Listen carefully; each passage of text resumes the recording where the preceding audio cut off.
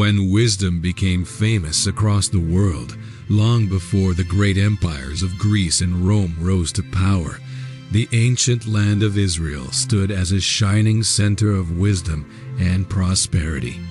At the heart of this kingdom ruled a king whose name would echo through history for thousands of years. His name was King Solomon, the son of King David. Solomon's story is unlike that of any other king recorded in the Bible. While most rulers are remembered for wars, conquests, and power, Solomon became famous for something far greater: wisdom given directly by God. The Bible tells us that when Solomon first became king, God appeared to him in a dream and asked him one question: "What shall I give you?"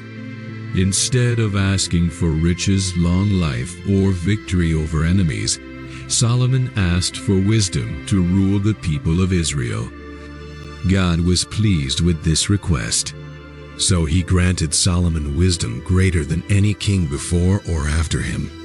Soon Solomon's wisdom became legendary. People traveled from distant lands just to hear him speak. Kings and queens sent ambassadors to learn from him. Merchants and travelers carried stories across deserts, oceans, and mountains.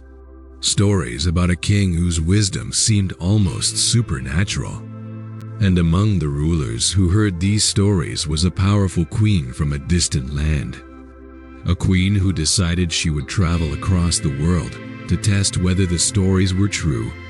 Her name was Queen of Sheba. What followed would become one of the most fascinating encounters in the entire Bible.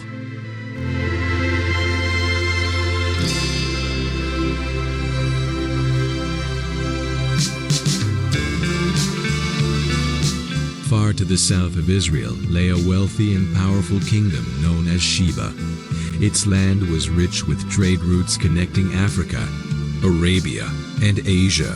Caravans carrying gold, incense, spices, and precious stones passed through its markets daily. The queen who ruled this land was known for her intelligence and strength. The Queen of Sheba was not easily impressed. She had met kings. She had listened to scholars. She had judged the wisdom of philosophers. But the stories she heard about Solomon were different. Travelers described him as a king whose wisdom solved impossible problems. Some even said his wisdom came from the God of Israel. At first, the queen was skeptical, but curiosity began to grow in her heart. Could there truly be a man so wise that nations traveled to hear him? Finally, she made a bold decision. She would go herself, not merely to visit, but to test Solomon with difficult questions. Preparing for the journey was no small task. The Queen of Sheba organized one of the largest royal caravans ever assembled. Hundreds of camels were loaded with treasures, gold in great quantities, precious gemstones, rare spices that filled the air with fragrance. These spices were among the most valuable goods in the ancient world. The journey itself would be long and dangerous. From Sheba to Jerusalem meant traveling across harsh deserts and rugged mountains, but the queen was determined. Weeks turned into months as the caravan slowly moved northward. At night, under the vast desert sky, the queen thought about the man she was about to meet. Would Solomon truly possess wisdom beyond ordinary men? Or were the stories exaggerated by travelers? Soon she would know. When the caravan finally reached Jerusalem, the city was overwhelmed with excitement. People lined the streets to watch the arrival. Camels stretched as far as the eye could see. Servants carried chests filled with treasure. And at the center of it all was the Queen of Sheba herself. Inside the royal palace, King Solomon prepared to receive his guest. The meeting of these two rulers would become one of the most famous encounters in biblical history. When the queen entered the court, Solomon welcomed her with royal dignity. The room was filled with nobles, priests, and officials who watched silently. The queen wasted no time. She began presenting Solomon with hard questions. Questions about life, questions about leadership, questions about mysteries that had puzzled scholars in her kingdom. One by one she spoke, and one by one Solomon answered. His responses were calm, clear, brilliant. There was no confusion in his mind, no hesitation in his voice. The court watched in amazement. The queen continued asking questions, harder ones, deeper ones, but Solomon answered them all. The Bible says there was nothing too hard for the king to explain to her. After hearing Solomon's wisdom, the Queen of Sheba was deeply moved. But what she saw next amazed her even more. She saw the greatness of Solomon's kingdom, his magnificent palace, the temple he built for the Lord, the organization of his officials, the clothing of his servants, the food served at his table. Everything reflected order, wealth, and excellence. The queen was overwhelmed. The Bible tells us she had no more spirit in her, meaning she was completely astonished. Finally, she spoke. "The report I heard in my own country about your achievements and your wisdom is true," she said. "But I did not believe these things until I came and saw with my own eyes." She paused, looking around the palace. "Indeed, not even half was told to me." Then she said something remarkable.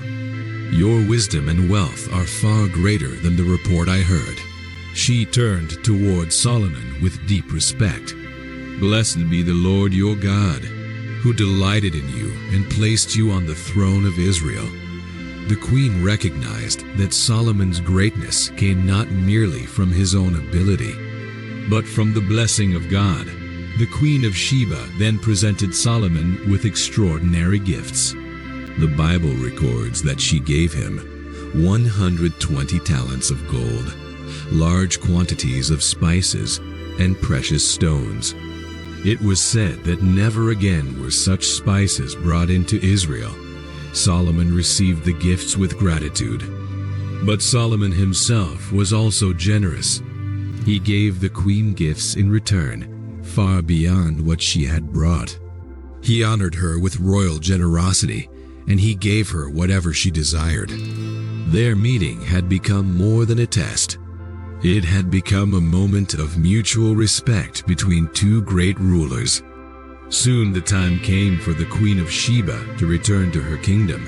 Her caravan was prepared once again, but she was no longer the same person who had arrived months earlier. She had come seeking answers. She left having witnessed the wisdom of God at work through Solomon. As her caravan disappeared into the desert, she carried with her a story that would spread across nations.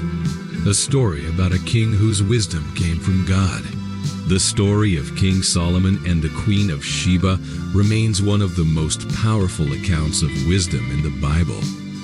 It reminds us that true greatness does not come from wealth or power. It comes from seeking wisdom from God, and Solomon's wisdom became so famous that even a queen from a distant land traveled across deserts just to witness it. But this story leaves us with a powerful question. If people once traveled thousands of miles to hear the wisdom of Solomon, how far are we willing to go today to seek the wisdom of God? Let us know your thoughts in the comments. And if you enjoy powerful Bible stories and documentaries like this one, don't forget to subscribe for more.